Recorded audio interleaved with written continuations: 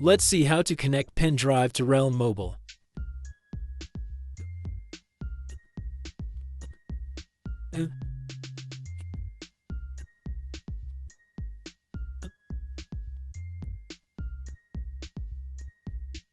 External drivers are not showing now. Let's see how to fix.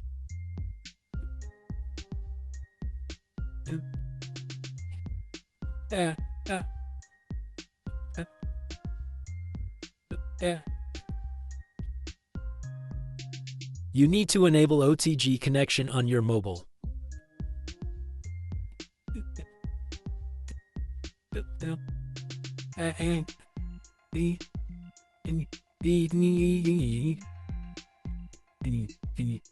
Now disconnect your OTG cable and connect again. Now your pen drive connection is showing on your mobile.